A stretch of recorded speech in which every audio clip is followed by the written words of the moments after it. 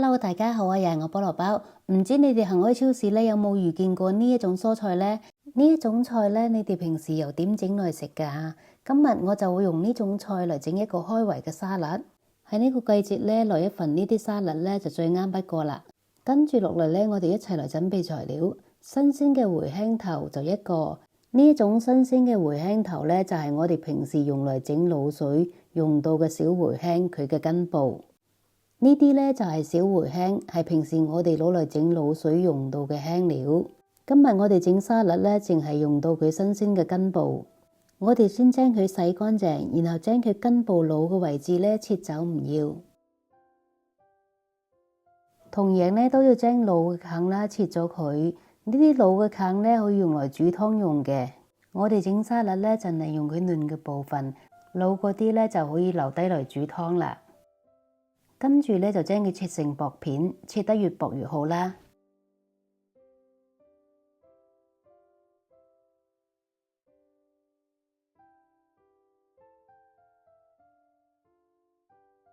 全部切好晒之後咧，就將佢裝入大碗，然後加入1茶匙嘅鹽，再加入適量嘅凍滾水，用鹽水嚟浸下佢，等佢浸5至10分鐘。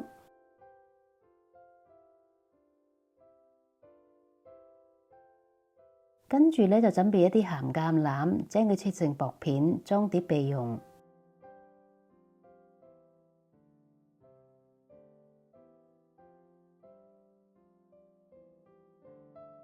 我哋再準備2片蒜頭，將佢磨成蒜蓉。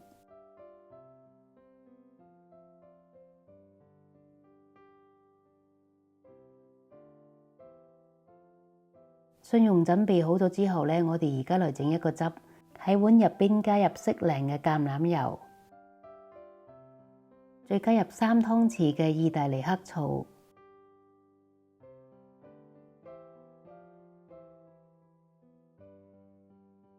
1/2茶匙嘅黑椒粒，1/4茶匙嘅鹽，最後就加入1湯匙嘅蜂蜜，將佢撈勻，放埋一邊備用。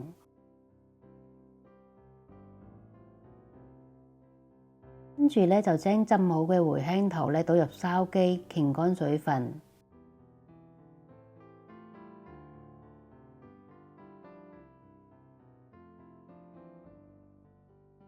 我哋再準備6粒車厘茄，將佢開邊。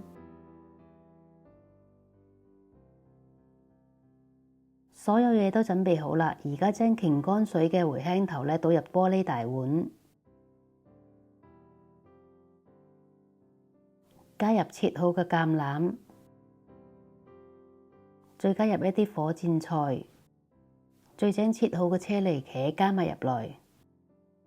最後咧就將我哋整好嘅醬汁咧淋埋入來，然後將佢撈勻。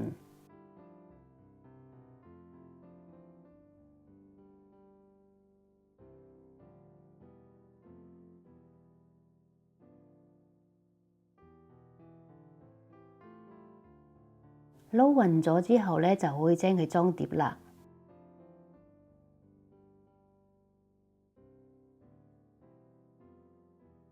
最後咧，又可以喺佢面上面擺上幾條火箭菜，一款簡簡單單嘅蜂蜜橄欖油茴香頭沙律就做好啦。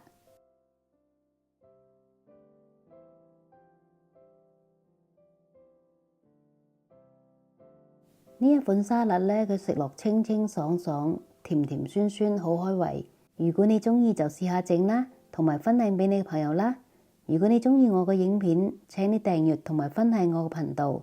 打開埋隔籬嘅鐘仔，我出新片就會通知你㗎喇，多謝晒。